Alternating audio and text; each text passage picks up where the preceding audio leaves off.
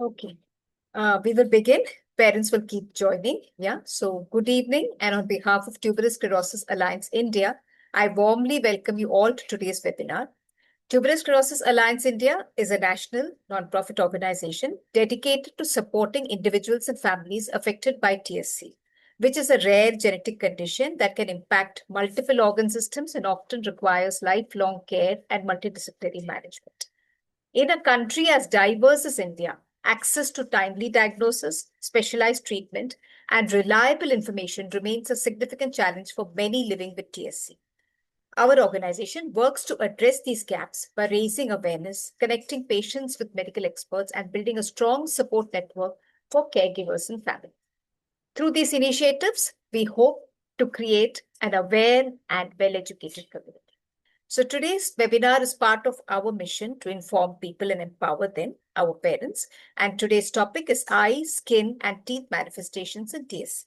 And we are honored to have three renowned doctors as our resource persons today. Dr. Nidhi Gupta, who will be talking on dental manifestations, Dr. Neetu Bhari, who will be talking on skin manifestations, and Dr. Kulsum Sayyad on eye manifestations. Questions will be taken up at the end of the session once the floor is open to questions. People can raise their hand or request to speak and post their questions. During the presentations, I request everyone, apart from the resource person, to keep their voices muted so that there is less disturbance. We will start with Dr. Gupta.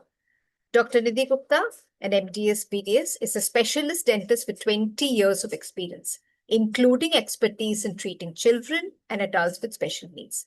Based in Safdarjung Enclave, New Delhi, she also reaches thousands through online training and a WhatsApp community.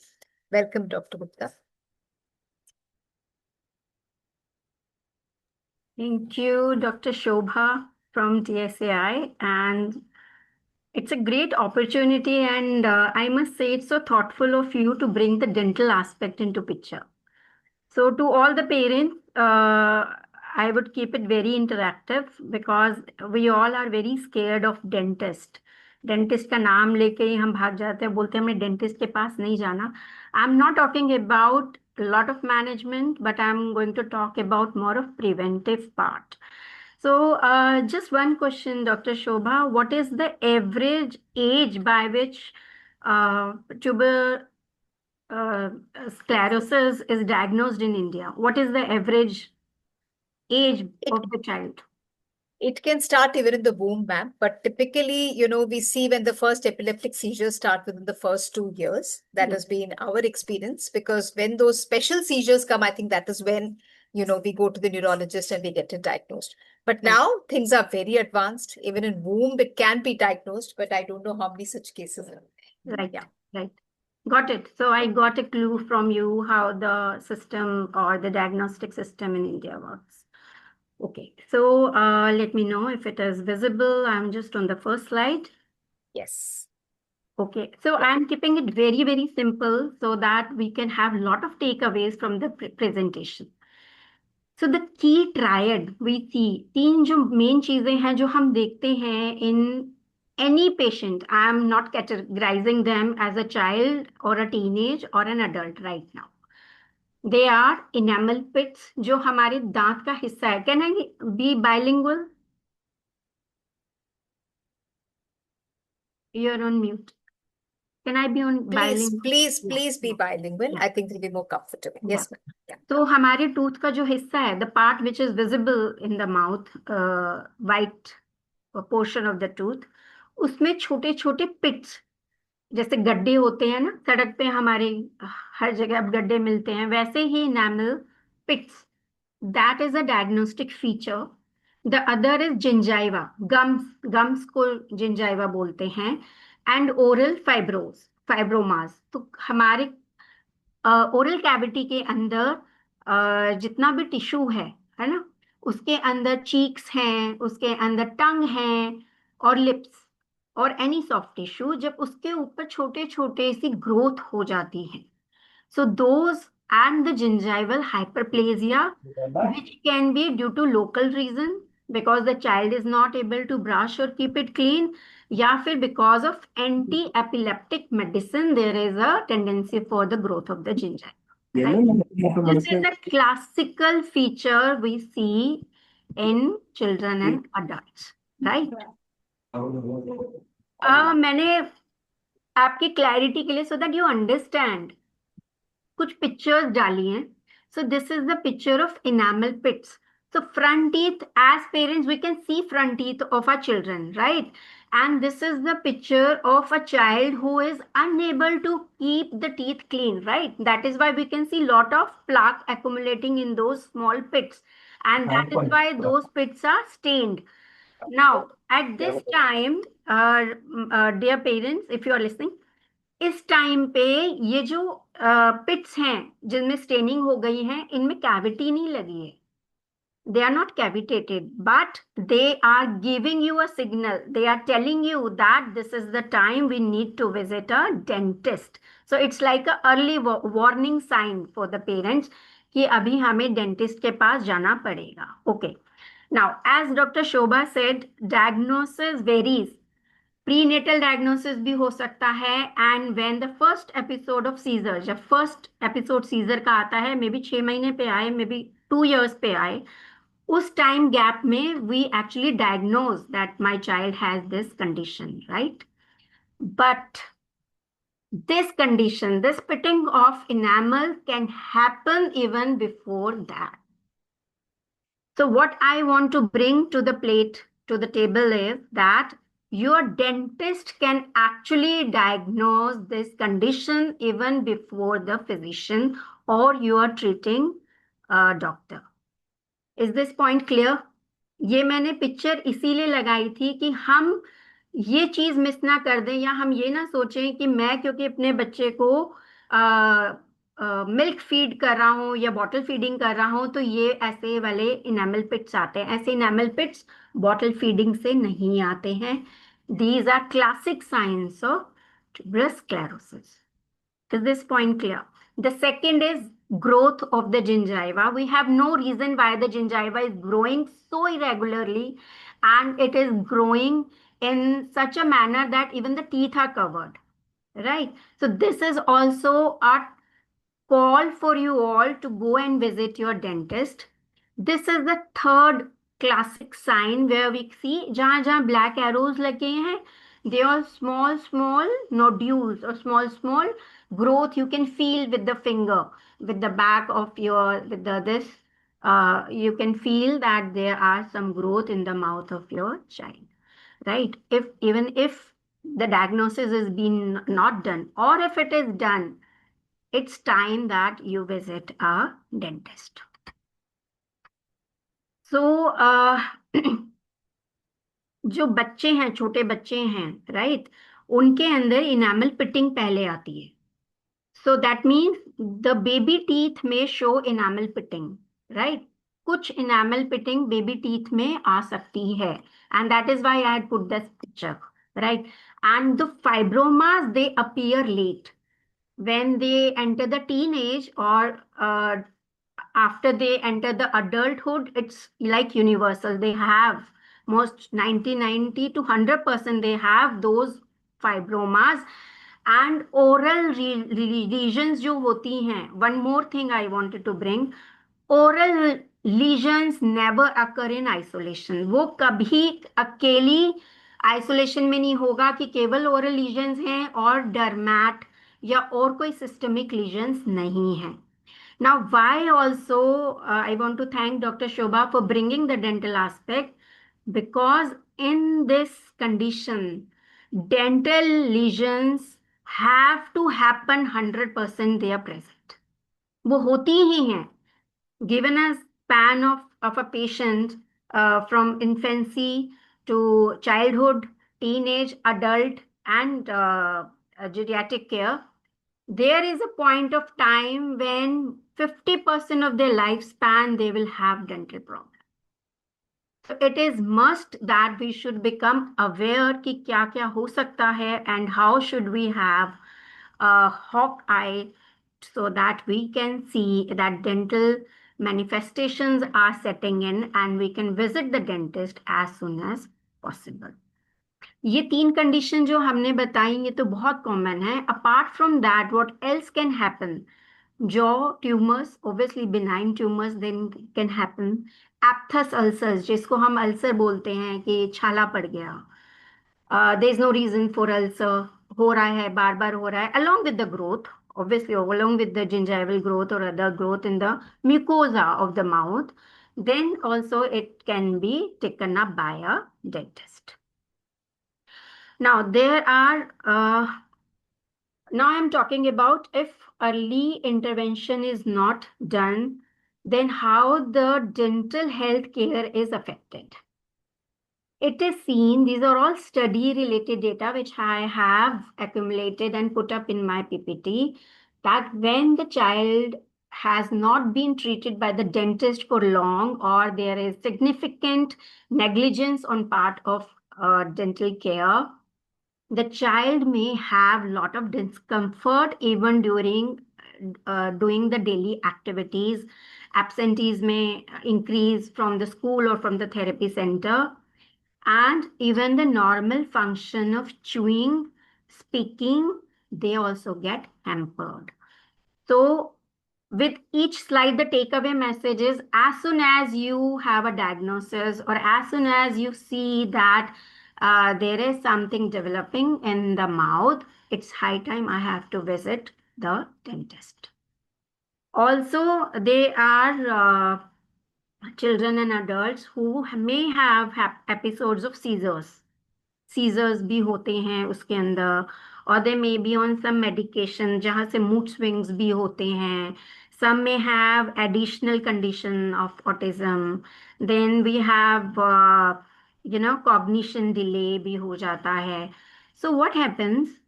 All these things make the simple dental checkup and the treatment complicated in later stage of life. So as soon as we visit the dentist when the child is small or even in infancy, what we do is we establish a early dental home for the child. We, and believe me parents, all the preventive appointments are painless.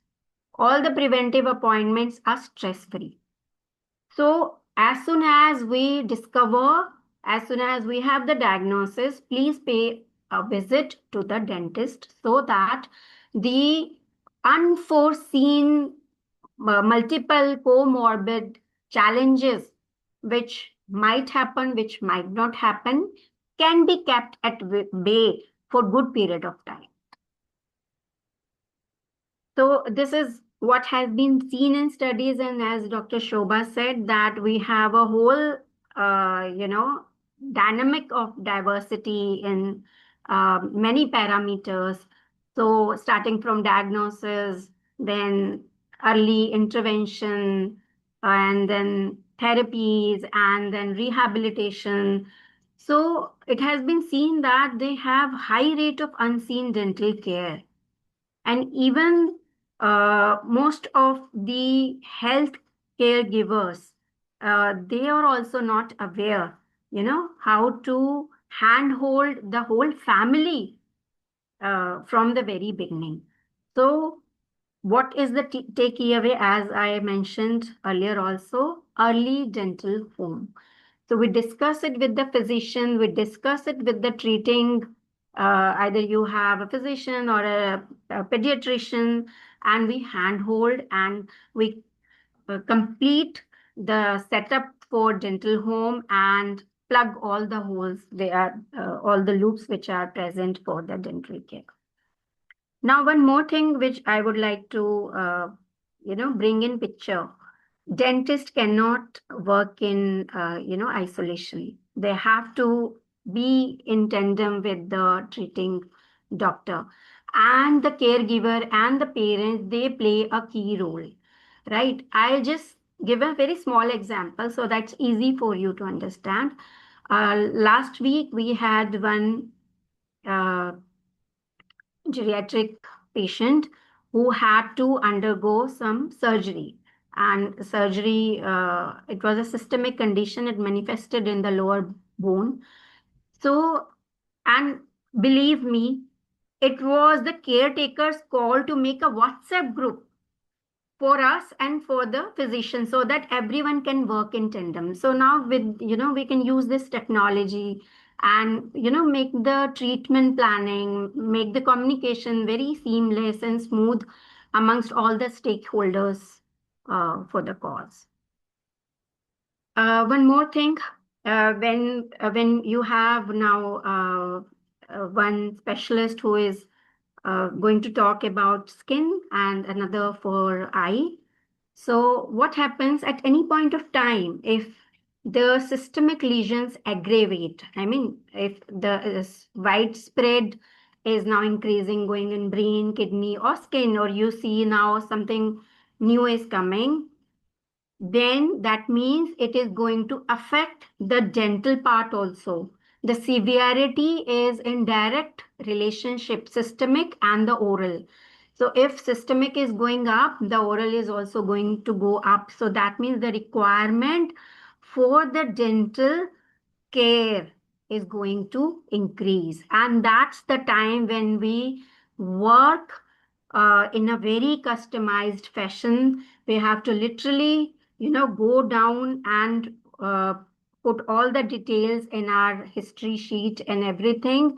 And for each and every point, we make a customized plan, starting from modifying the simple brush or doing the counseling for the child or the patient who is going to take the dental treatment. So it is that kind of work which is involved at this stage. And when even, the doctors, the dermat or the ophthalmologist, they see that there is aggravation, or now there is an episode where it is going to aggravate, even they can refer the patient to the dentist.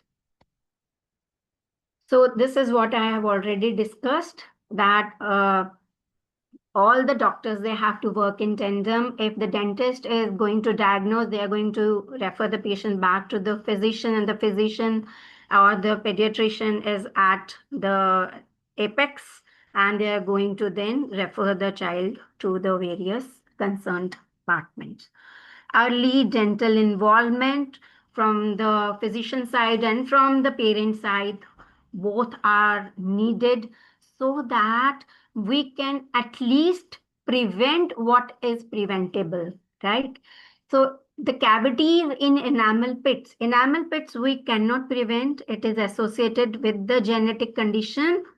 But the cavities, the caries, जो कीड़ा लगना है दांत में with the enamel pit, we can prevent. We have all kind of preventive strategies, starting from 1 year of age to 60 or 80 years of age. And at every point of age, the treatment is customized according to the needs of the patient, not the wants, what they need. Okay.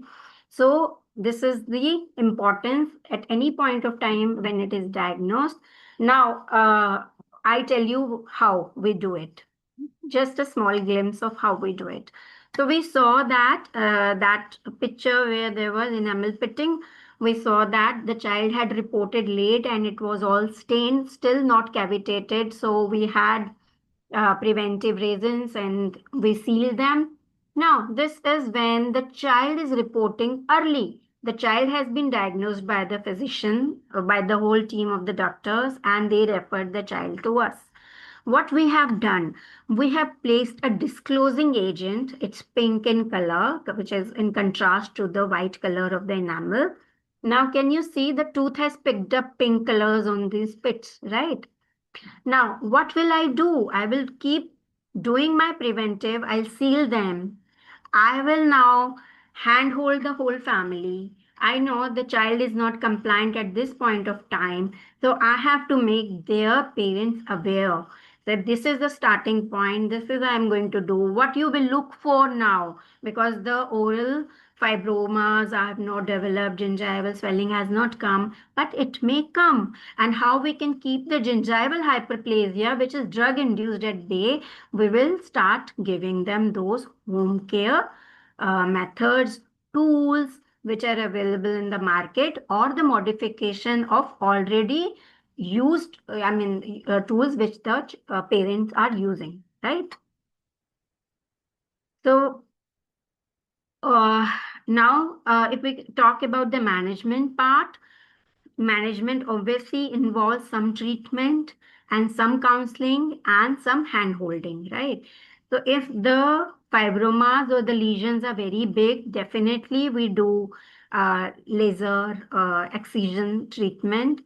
Yesterday I did for one child, 8-year-old child, and we sent it for biopsy because it was something not related to what the child had come with, the presentation and the diagnosis.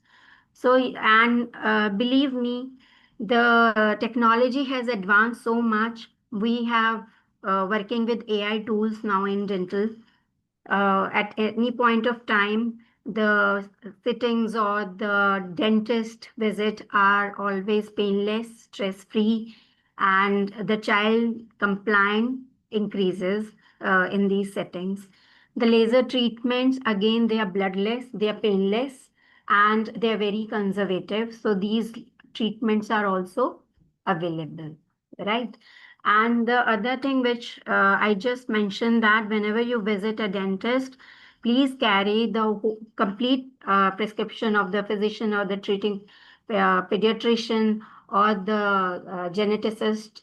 And if there are lesions in the kidney or the heart, those reports are also important, because sometimes if we need to give any kind of medication, we are cautioned against use of some medication which are not supposed to be given in renal and the heart condition.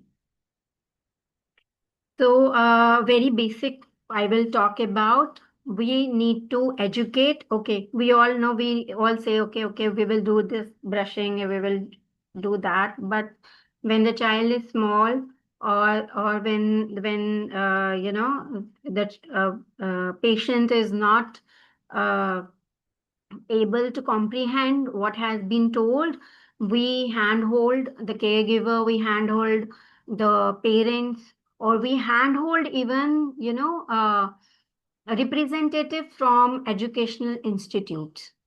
So we educate them about the oral hygiene, why it is important, the risk of gingival lesions. If they have not appeared, they are prone to get gingival lesions and widening of the pre-existing dental lesions, right?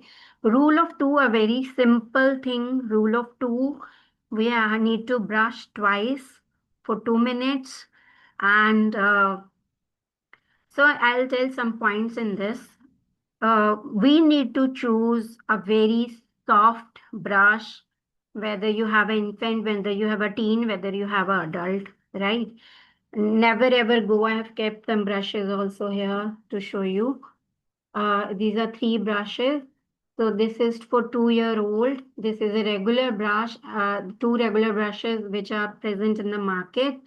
And if you see the head size, obviously this is better because this is very wide.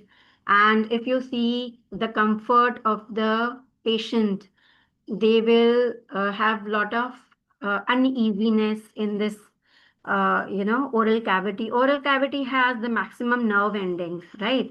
So if any kind of stimulus which is not pleasant to the body, it will be perceived as pain. Okay, so we cannot traumatize the already, very febrile gingiva or the gums. So we say always go for the softest brush you can lay your hands on. And it can be small brush. Even for 10-year-old, you can use a brush meant for 2-year-old. There is no harm, because once the child allows you to brush, the brush can go even till the last molar. So, rather than skipping the brushing, you can modify the brush size. Very soft brush twice after meals. So this is the rule of two. After 2 major meals, brushing for 2 minutes. You can put a timer, and you can make it a fun way. So this is what, when we have a child coming with lot of reluctance to brushing, we go down to that, level and understand from where it is coming. Is it from sensory sensitivity, or is it because there is already some discomfort and which we as parent are unable to recognize, and the brushing is in actually increasing that discomfort. We have to understand what kind of, uh, problem or etiology is there that is causing that behavior. And the other thing which I already mentioned, that if there is any acute episode or aggravation, then the patient should also report to the dentist. So some things. So I have, you know, intentionally put this slide so that we understand that TSC, it's a complex, so it has lot of associated conditions. And if we see 80 to 90% epilepsy, 40 to 50% autism spectrum disorder, and it comes with lot of sensory sensitivity. So we again harp on that point that early dental intervention and early home establishment of dental home is very important, so that the behavior of the child in the dental operatory can be modified or can be made uh, very conducive to treatment or to any kind of preventive or any kind of treatment they are taking in the dental. So, keeping this in mind, some important point which I have already discussed, dental checkup should not be secondary, it should be a priority. And dentist should be kept in loop all the time. I have mentioned also at what stages the dentist role also becomes important. And whenever there is aggravation or, exacerbation or there's sudden increase in the systemic lesion, the dentist can modify and can add or supplement more oral care measures along with diet modification, which can also be done so that we can switch on from karyogenic, cavity causing, to karyostatic or to a probiotic enhancing a diet which enhances the production of good bacteria in the mouth. This point also I discussed that reluctance to brushing in children may not be behavior but may have some underlying etiology which should be addressed. So we should not we should not just think and stereotype कि नहीं अब मेरे बच्चे को ये है तो वो brush नहीं करेगा. No, none of the conditions come at birth. They take time. And as we know that with early intervention therapies and early treatment modalities, behavior counseling, and a playway method, we have all heard of so many terms. The pattern of neuronal development can be altered, neuroplasticity we, work on. As physician is needed for keeping overall health in place, so is the dentist's role to keep the chewing function and uptake of nutrition intact. Nutrition is equally important for our children, and for nutrition they need to chew all kind of food, and for chewing they need good oral health. Prevention is powerful. This is what I always believe in, and prevention is painless, stress-free, and less expensive. So these are some of the points I would like to say, rather than going into a lot of complicated things. So a brief, if you think you need more clarity or I can be of help, you can approach me at any point of time. Just want to play this small video of Ma'am, can we play this later because the next person is already come. So yes, please रुकिए, yeah, after her session, next two sessions, then we are just coming back 10 for second questions. video. Yeah, Yes. ठीक है? Yeah. Okay, I'm stopping it now. Yes, ma'am. Thank you. Thank you so much, Dr. Gupta. We will start with the next resource person, who is Dr. Neetu Bhari. Yes, madam. Dr. Neetu Bhari is from AIIMS. She's an MD, DMB, MNEMS. She's an additional professor of dermatology and venereology, AIIMS at New Delhi, and she has tremendous experience, knowledge, wisdom about TSC. So welcome, madam.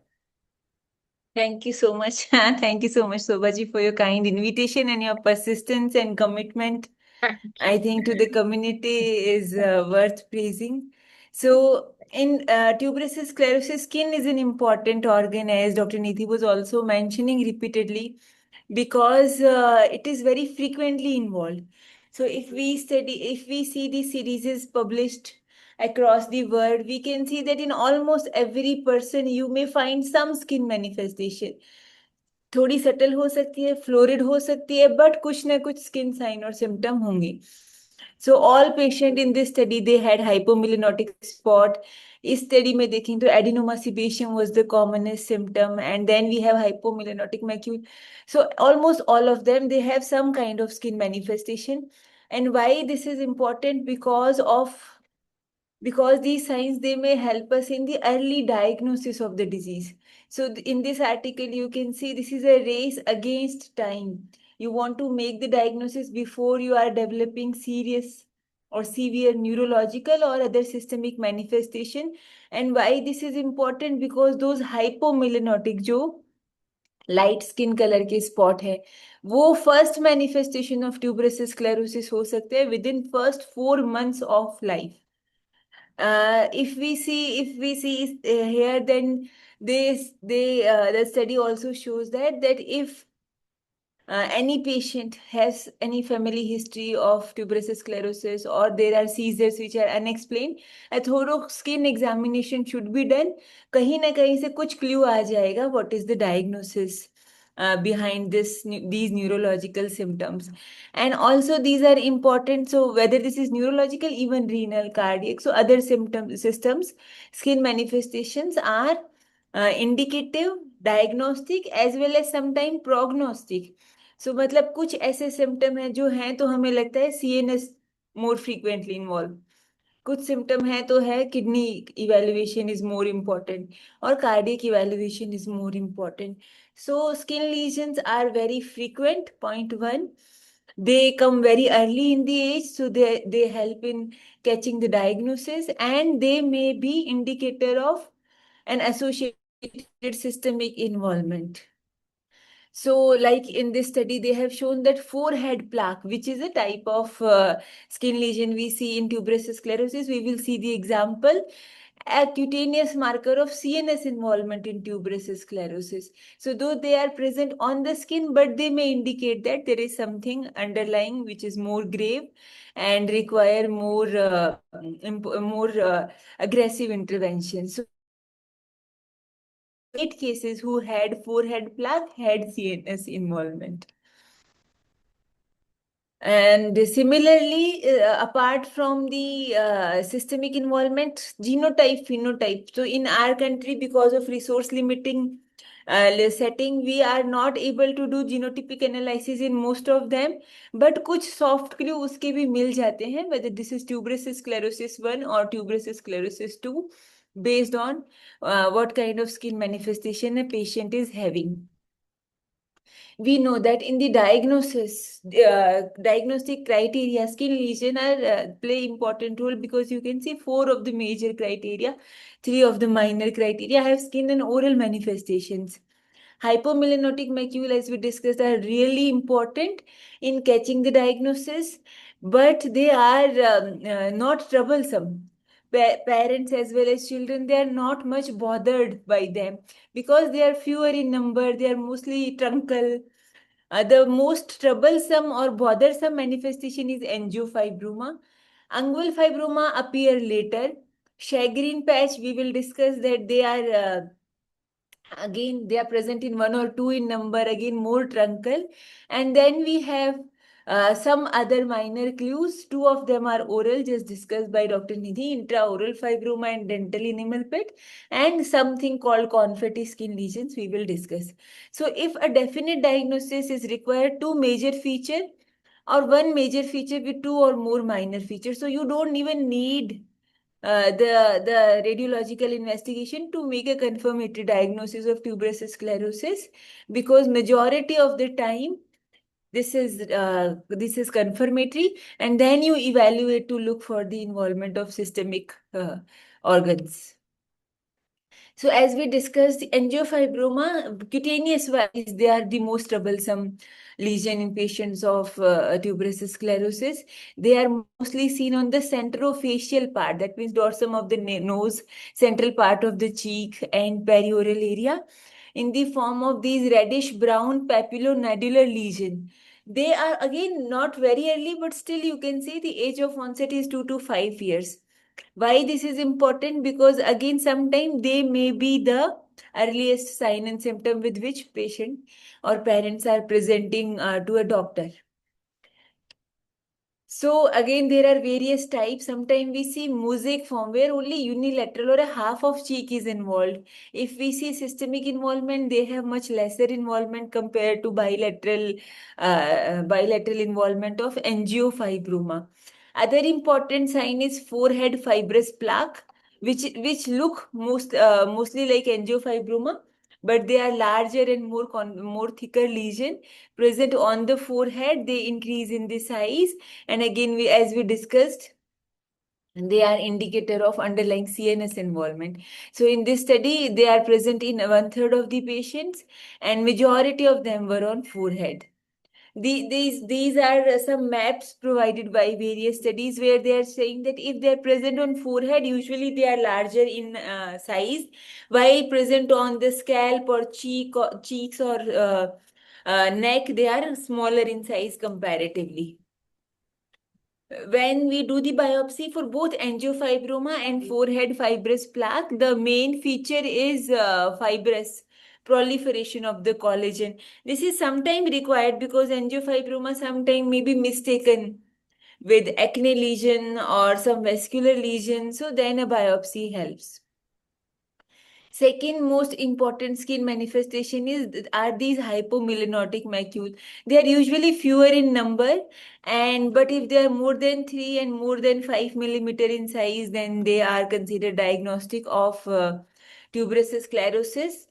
They have this leaf shape or a oval long oval shape, so they are also called ash leaf macule. Sometimes we have a condition called as nevus depigmentosis, which is again an evoid condition where a similar looking lesion presents since birth. Recently, we did a dermoscopic evaluation of ash leaf macule versus nevus depigmentosis, and we could identify some differences. So, that was a case report published, and then we could identify that the patient also has systemic involvement.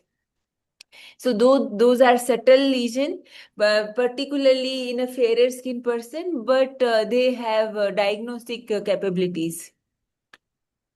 Hypomelanotic macule are again, as we discussed, are more seen on the trunk area, so they are not that bothersome to patient compared to angiofibroma, which is present on the face and very cosmetically disfiguring. Sometimes they are present on the scalp and may cause white hair, which is called scalp poliosis. In adults, so this is a well-defined, ash leaf macule is a well-defined white lesion. In adults, sometimes we see small white lesion which are scattered. And then we call it confetti-like skin lesions. And they are usually seen in the slightly later age compared to ash leaf and angiofibroma. So these are three important manifestation, and the fourth important manifestation is shagreen patch, or also called as connective tissue nevi. As we discussed again, these are fewer in number, more truncal in distribution, and these plaques they are seen as discrete to confluent skin colored papular nodular lesion, and we can see follicular prominence, so it's like an orange appearance. You can see Promputes orange appearance. Again, when present in isolation, they are not diagnostic, but in addition, if there are other features, then you have to think of tuberous sclerosis. These are the common site. So lower back, upper back, truncal side, these are the common sites involved. Again, these are fibrous, they show fibrous hyperplasia on biopsy. The one important, and again it is more seen more commonly in adult, are subungual fibroma or periungual fibroma, which are called Cohen's tumor, like this. So majority of the time patient are not aware of these lesions because they are asymptomatic. Skin color to erythematous papulonodular lesion near the nail fold. But when we ask residents to examine the suspected patient, we ask them to examine the nails carefully because, again, of their diagnostic importance. And these are, they can be, as we discussed, periungual, that is around the nail, or subungual. When they are not much visible, it's just that we can see some separation, nail plate ka nail pad se thoda separation. This was a florid manifestation we see. So this lady, around 50-year-old, did not have, she was not a known case of tuberous sclerosis, and she presented with these periungual fibroma or Coyne tumor. So these five manifestation, I think we mainly need to remember. Angiofibroma, which are most bothersome. Ash leaf macule, helpful in the diagnosis. Shagreen patches, they are present in isolation, not very diagnostic, but if other features are present, they are helpful. And the last is Coyne tumor, which are, again, we have to look for them because they are asymptomatic in majority of the cases. Sometimes we see rare skin manifestation like lots of skin tag around the neck, which is called necklace sign, and lymphedema can also be seen, which is massive edematous limb, mostly unilateral. So if we see various series, angiofibroma, you can see were present in 95% of the case, which are lesion on the face. Ash leaf macule and shagreen patch is 90%, and Coyne tumor in 75%. Coyne tumor, we have to remember, they may be present but not very evident. So the percentages are usually lesser compared to other type of lesions which are more prominent and more evident. These are just graphs to show their onset of these lesions. So as we discussed, hypomyelinotic usually present at birth or within few months, followed by angiofibroma, shagreen patch and periungual fibroma comes later. And it is not like that they will persist forever. Many of the angiofibroma as well as ash leaf macule, confetti-like skin lesion, they, even with age themselves, without any treatment, they improve with time. So when we see any patient of tuberous sclerosis, skin-wise, annual skin examination is required, and we have to check if the numbers are increasing, if there is pain, bleeding, if the lesions are inhibiting social interactions, because sometimes sun exposure may cause somatic second hit mutation and may cause angiofibroma development. So photoprotection is advised as a primary this thing, apart from systemic evaluation to examine your cardiac, renal, brain, because brain, again, majority of the children will have adenoma sebaceum lesions there. In the management, there are only three prongs of management. First is topical sirolimus, which is topical mTOR inhibitor. So if we see very subtle lesions, so smaller lesion in early stage, we go for topical therapy. Nowadays, earlier we used to make them with petrolatum, so tablets were available. We used to compound sirolimus and ask patient to apply that. But now sirolimus creams are also available. If lesions are larger, then we know, because fibrous means thickness. So it is so thick, then the cream will not go inside. In that case, there are two options. Either you do laser and remove them. And lasers, usually the laser which is commonly done is called ablative CO2 laser. That is, you have to remove them completely. Or you do vascular lesion, which is less frequently done. And if there is a single large nodular lesion which is causing some problem, then we can remove also. But then that means the majority of children, either if they're very small subtle lesion, we give topical cream, and if they are large, then we try to remove them with ablative laser, which is CO2 laser. In that case, first we also have to make sure that child is stable systemically. That means he's not having active seizure at this point of time, or do not have any cardiac or renal complication which are currently hampering the activity. So topical sirolimus, when it was used initially, when patients were using sirolimus for systemic angiofibroma, they were showing improvement in the skin lesion. That's how the sirolimus came into the picture. And then there were studies done. Majority of the studies were done from the South Asia countries, South Asian countries. So starting with 0.2% sirolimus, and then now we are using. So you can see the subtle. So you have to remember topical therapy will only work if there are smaller, very small lesions. Thick, मोटे lesions में फिर cream से काम नहीं, फिर you have to remove them.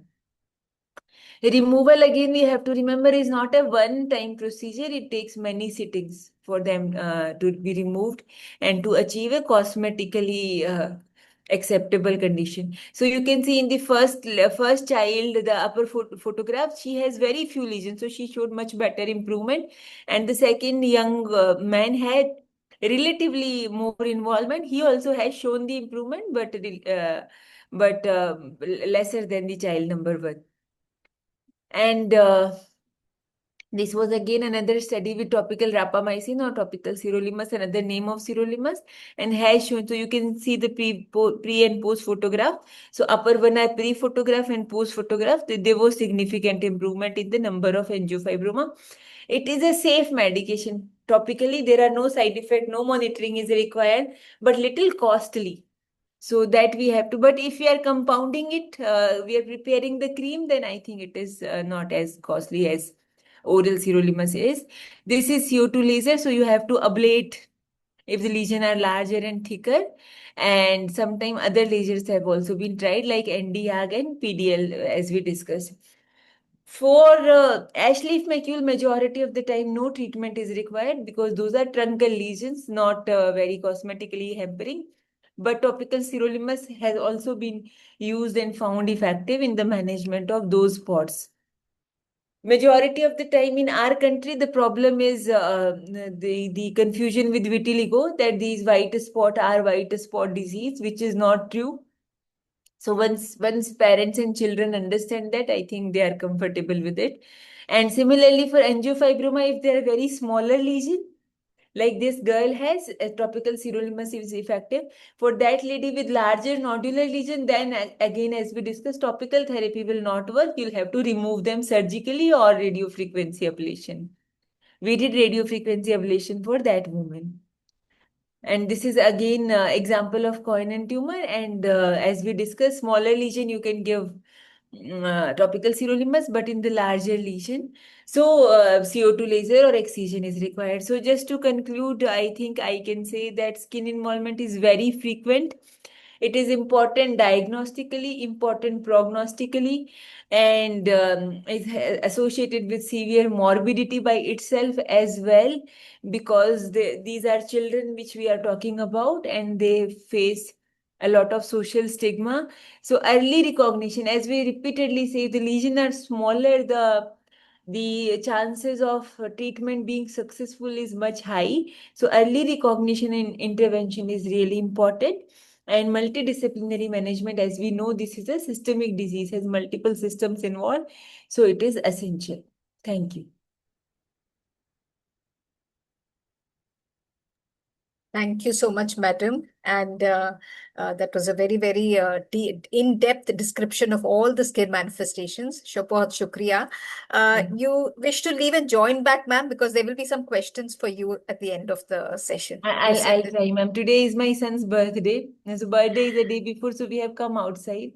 And because of your persistent, as I was saying, your commitment is so infectious that I could not stop myself.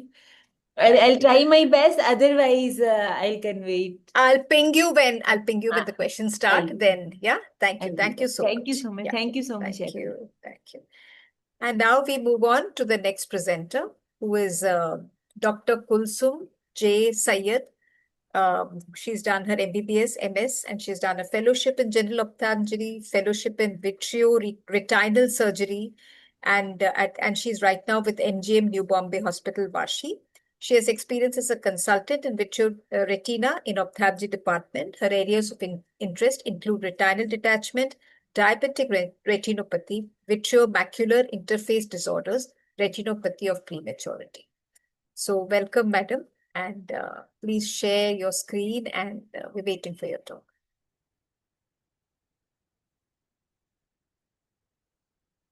Dr.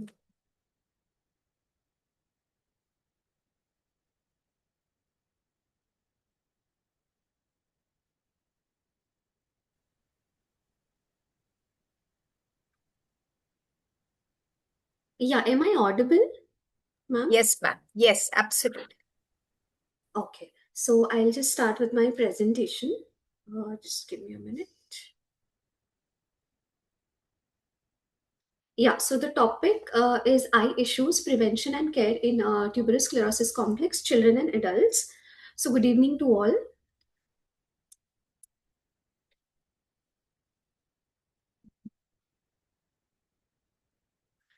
So coming to the term phacomatosis, that is commonly used in ophthalmology.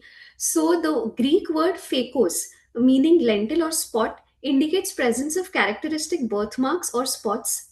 So phacomatosis is a collection of congenital, hereditary, multisystem disorders with hamartomas. So hamartomas are benign tumors or malformations which are primarily present in the nervous system, skin, and eyes of these patients. So examples of these disorders include neurofibromatosis type 1, tuberous sclerosis complex, von Hippel-Lindau syndrome, and Sturge-Weber syndrome.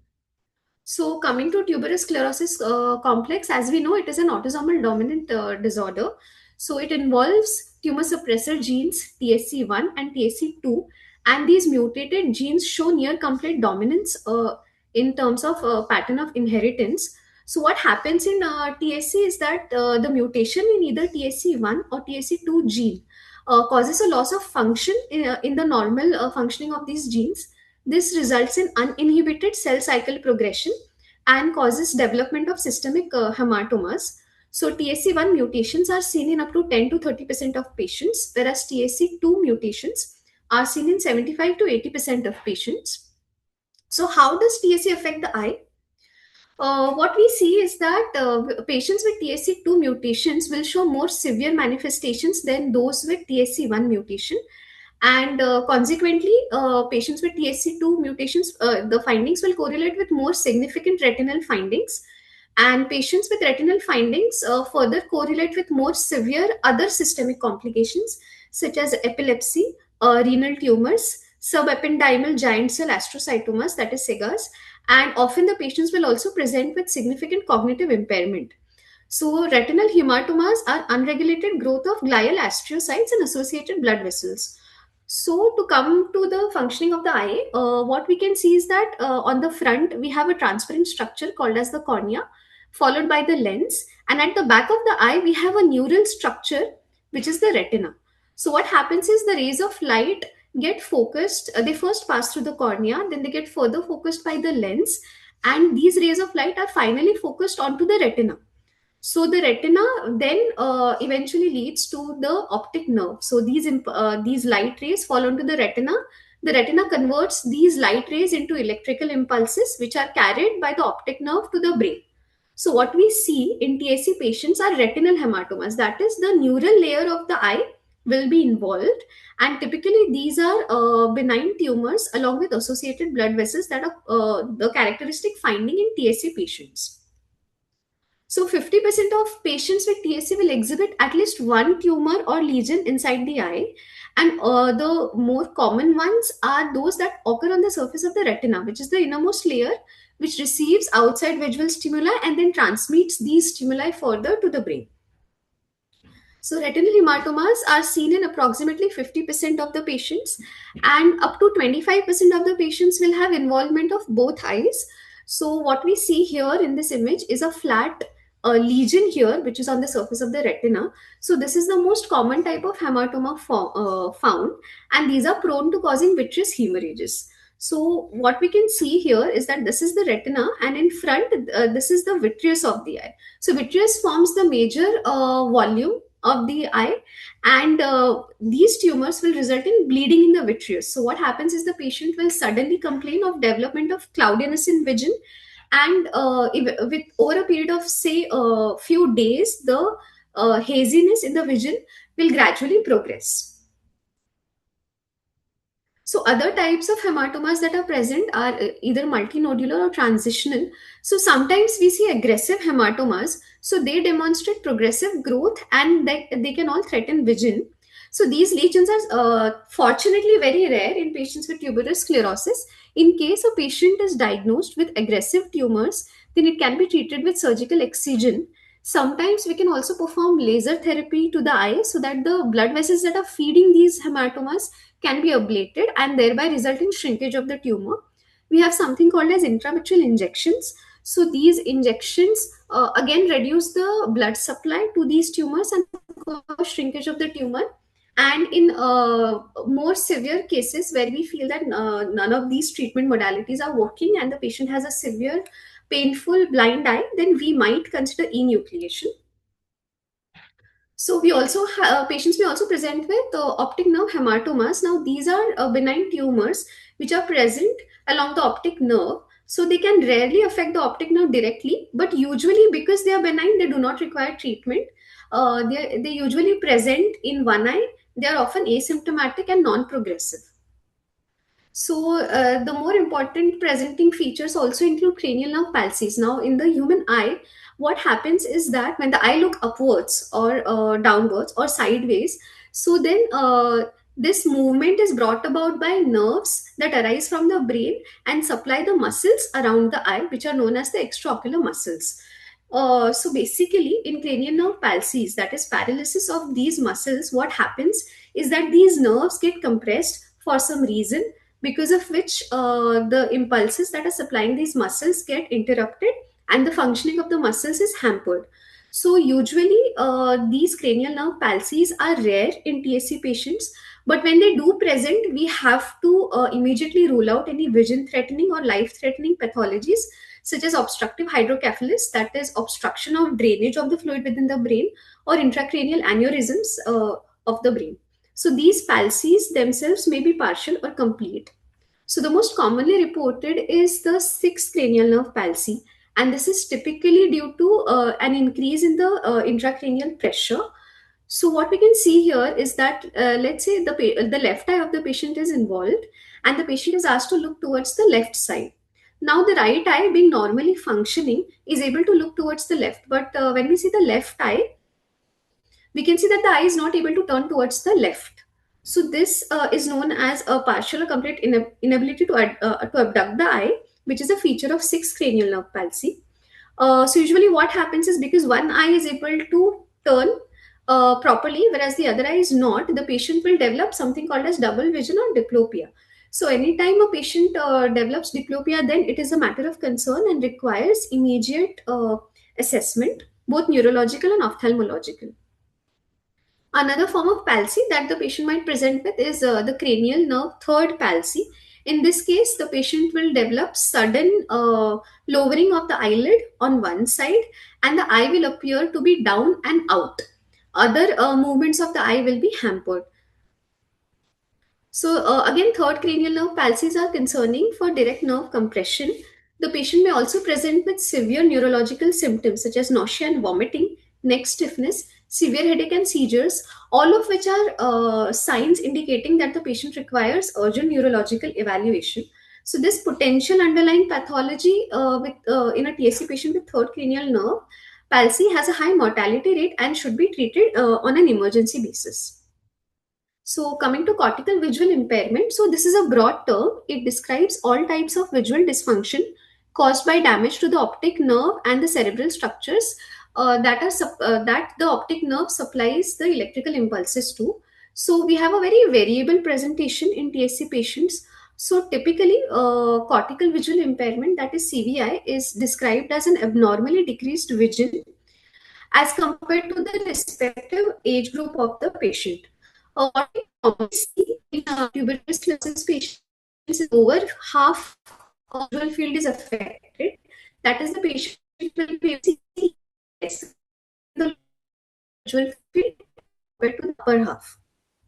There is an over both neurological dysfunction in these patients, so it is difficult to exactly attribute what loss of vision is because of cortical structure involvement and what is because of ocular involvement. So papilledema. Now, papilledema is a finding that is commonly seen in subependymal giant cell astrocytomas, that is SEGAs. So, these are tumors which occur within the central nervous system. So, they are present in approximately 20% of TSC patients, and they form a major feature which is used for diagnosis of tuberous sclerosis complex. So, these are typically benign and slow growing, but when they reach a certain size, and based on the location of the tumor, they might go on to block the drainage of cerebral spinal fluid from the brain. So this results in an increased uh, hydrostatic pressure within the brain. So what happens is, in this case, the patient will present with bilateral edema. Here what happens is, this is the human eye, and then there is an optic nerve which goes on to supply the cerebrum. So normally the edges of this optic nerve on the retina are flat, but because of an increased pressure of CSF, this pressure gets back transmitted, and we see that the optic discs bulge out onto the retina. So this bulging out of the nerves is known as papilledema, and typically this is another concerning sign that the pressure of the brain is increasing, and we need to worry even more if it is associated with symptoms of worsening headaches with nausea, vomiting, transfusion loss. So we can also see various visual field defects in these patients. Common astrocytic hydrocephalus, cortical visual impairment. But what is important also be a side effect of using anti-epileptic drugs such as vigabatrin, commonly prescribed for patients with TCS.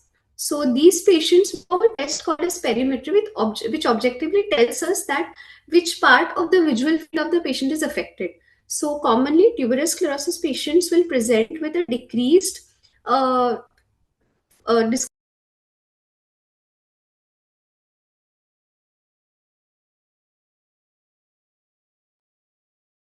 Um, Dr. Kulsum, we can't hear you.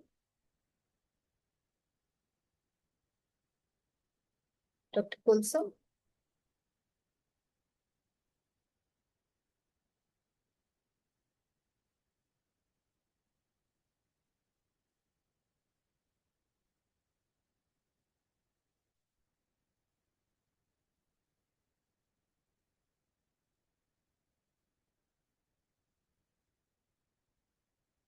Please bear with us, family members. Dr. Kulsum, can you hear us?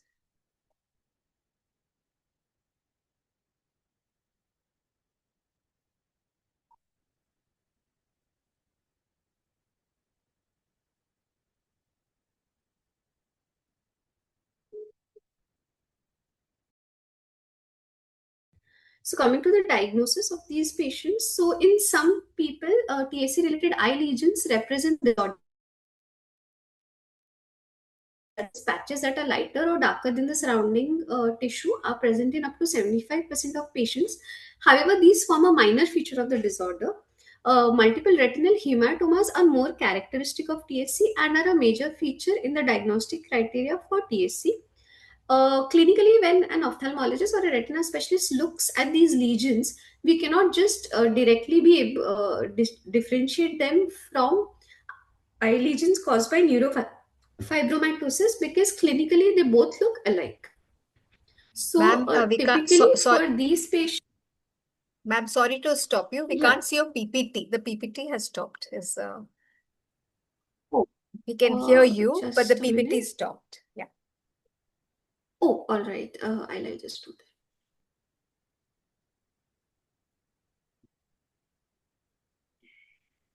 that. Okay, is it visible now? It's coming on, not yet come. It's coming on.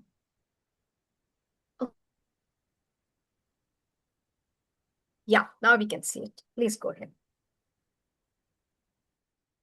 All right. Just give me a minute.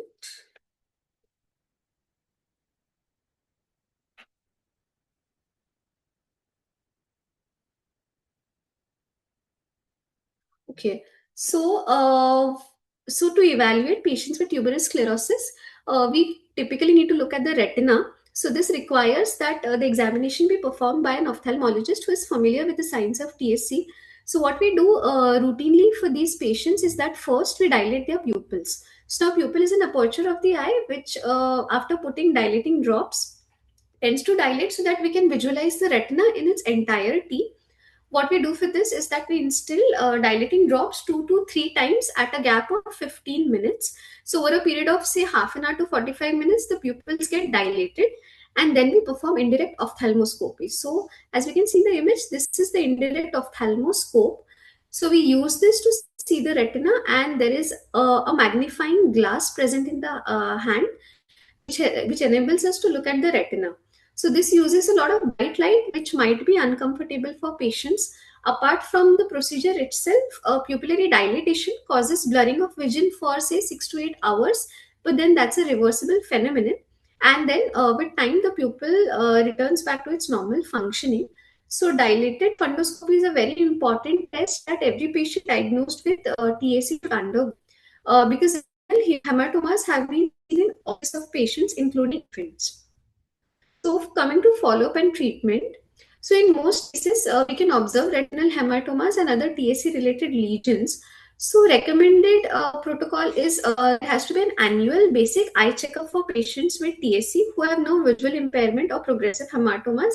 And this eye checkup should include direct ophthalmoscopy and fundus evaluation. Large hematomas can cause visual impairment. Unlike many other TSC related tumors, these hematomas rarely increase in size or number over time. So, patients with TSC whose initial evaluations reveal only minor lesions do not require very frequent repeated examinations. Once a year will do. So, in cases in which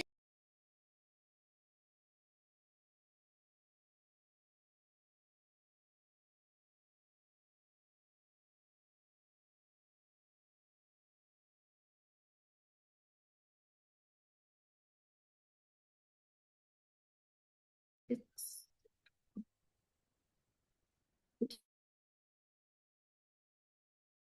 affected by larger progressive retinal hematomas, we know that treatments exist, so the patient will require more frequent visits in these cases.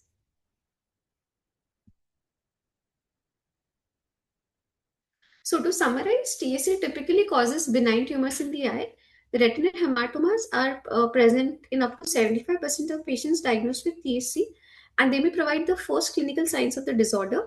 And other eye abnormalities include light patches on the retina, spots on the iris, lightly pigmented eyelashes, angiofibromas of the eyelids, and small tumors on the surface of the eye.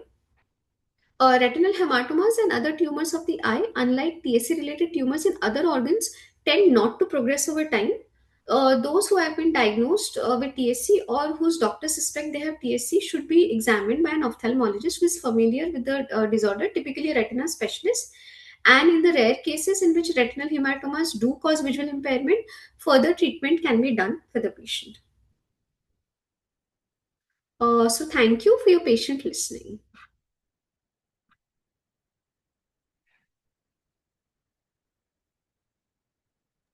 Thank you. Thank you for the lovely presentation, Dr. Kulsum. That was very detailed and very informative.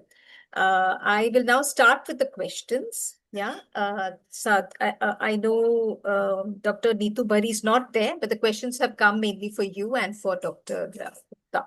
So the first question, Dr. Gupta. Dr. Gupta, are you there, ma'am? Yeah. Okay. The first question is, my child refuses to brush due to sensory issues. So is there any alternate strategies to keep the teeth healthy or motivate or any kind of motivation strategies which will allow them to, dentist to look into it? Yep. So as I already discussed, yes, they have sensory sensitivities and they need to, we have to address them one by one. So there is a detailed history which we take generally. That's a sensory sensitivity, for how long the child is not brushing or reluctance. So one small tip I gave you, just try change of brush from your regular to a very soft bristles and a very small head. So I showed you also. Suppose these are three brushes available in the market. So try to choose the smallest one because they're easy to move inside the mouth, and because the bristle size and the area is less, so child may show some degree of acceptance. Choose a very soft bristled one. The second tip I would like to give, that don't start brushing your child teeth first in the morning. Give them something to eat. You know what happens when we give something to eat? Some degree of desensitization has already happened when the child is eating or chewing, and then maybe you can start with the brushing. See, there is no alternative. You need to slowly, gradually, in a play way with lot of motivators, remove the stressors, include motivators, the smiley chart, make it in a routine. And this is workable. Maybe small steps. The brushing habit can also be broken down into very small achievable steps. Start with the modification of brush. At least start with first tip. What about in the chair? Many children are terrified of the dental chair, including adults. So how do we break this fear down in our children who anyway have so many issues, right? So yeah. So Dr. Shobha, we were born fearless. Yeah, we were never had fear. So this is our preconceived notions of our parents. And when they see that, we as parents are not comfortable when we discuss about the dentist. So they actually see us as role models, and they somehow imbibe that perception of the dentist. So dentists had never been fearful, and now you see with the advent of technology and a lot of things are now happening. So we make social stories, even before going to the dentist place. And if you think of creating any social story, make dentist a hero, not a villain in that story. That really helps. Don't use those words which, create that sense of fear in them. Those are dentist work. So you don't do that work, right? Don't bring those needles, injection. Why you need to do that? You're not supposed to introduce, because just for the knowledge of the parents, now we have needleless injection. So how does that work, ma'am? that works with pressure. So even, we don't give needle for injection. So there's so many technologies, and we have AI. We use AI nowadays. So you must have seen for getting your cap done, or for, any denture, uh, dentists used to take the impression and all. We don't do that. We have that AI, and AI helps in translating the soft to the hard to the prosthesis. So that interface works. We have actually cut down a lot of steps in the fabrication of any kind of dental prosthesis for our children. So we do work with a lot of AI tool for our special needs. Yes. And what about laughing gas, ma'am? What is your idea? Because I know that there are some pediatric dentists who use laughing gas to kind of calm the child, reduce the anxiety, so that they're more cooperative. Yeah. So we have laughing gas. We do work a lot with laughing gas, but even before we make the child prepare, some kind of homework has to be done both by the parent and the dentist. It is not like this that you get into the dentist clinic and you say, okay, I know my child will not cooperate, just put him under laughing. It doesn't work like this. Is what I told, that if you want that the fear of dentist should not come in the child mouth, it has to be a meticulous planning. And meticulous planning doesn't start with the dental chair. It starts before we take the first appointment for the dentist for our child. Thank you, ma'am. There is a question for Dr. Kulsum now. How can, Dr. Kulsum, are you there? Yeah. How can Yes, I'm eye tests be done when a child is not cooperative? Because, they get terrified. It's the same as dentistry, to sit there peacefully and allow the drops to be, Can you throw some light there? Usually we are able to even dilate infants. So we usually use diluted drops, which causes less of stinging sensation in the eye.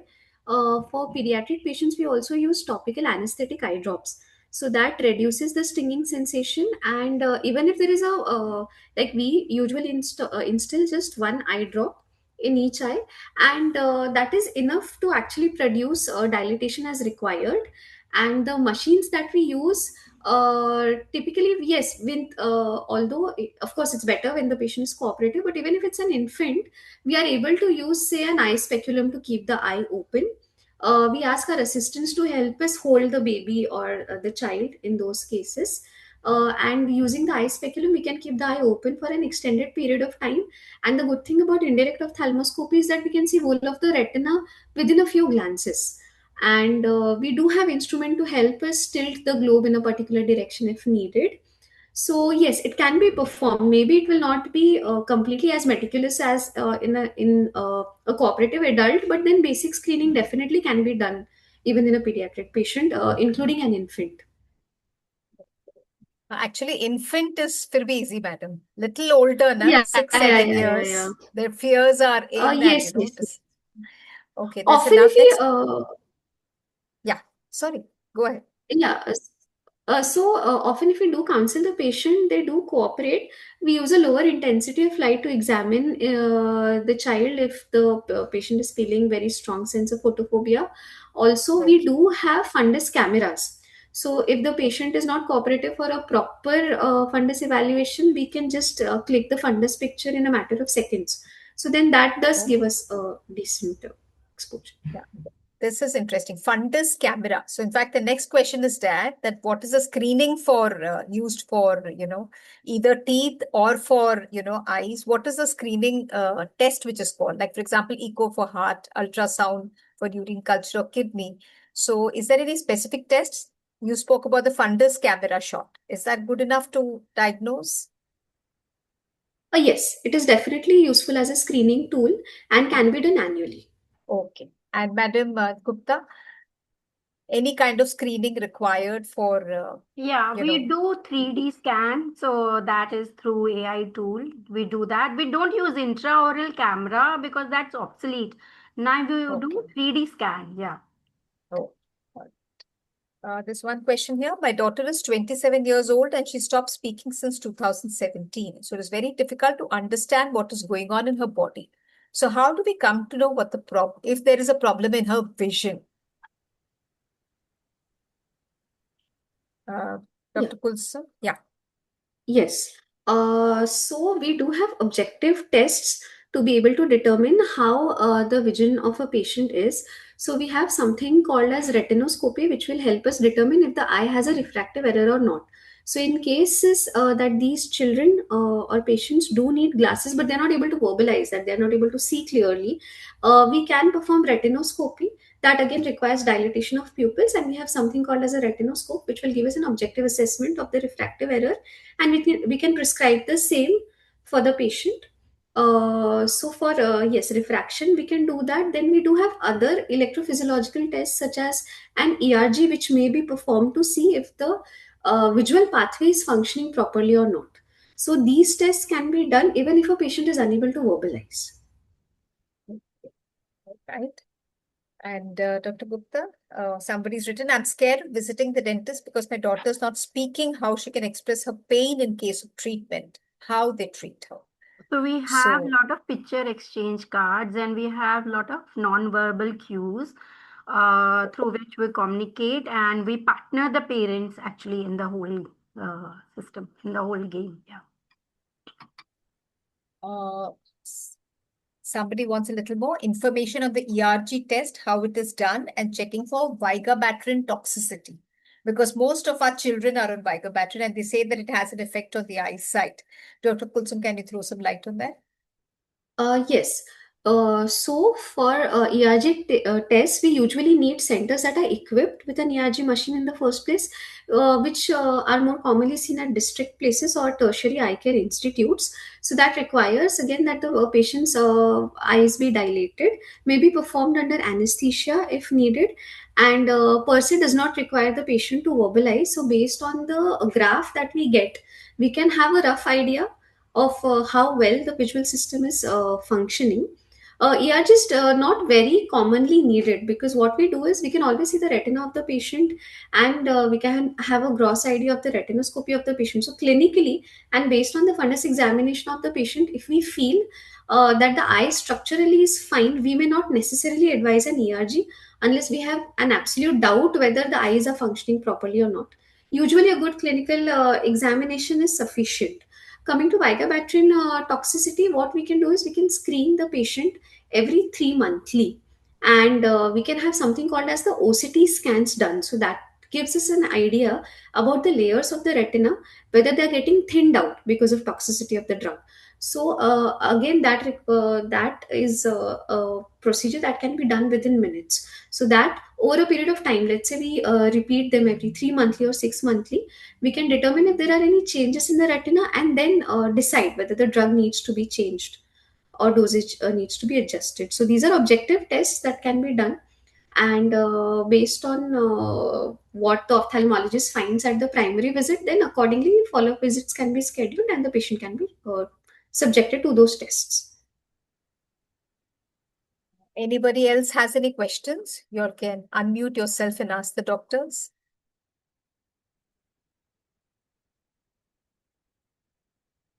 Okay. As nobody has any more questions, I would like to thank you both, even Dr. Bhari, who's not here right now.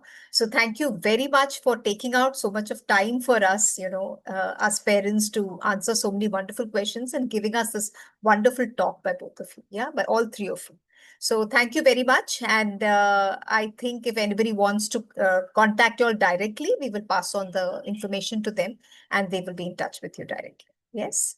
Right. Thank you very much. And anybody has any questions for Dr. Bhari, you all can please post it in the group. I can send it to her and then we can send the replies back.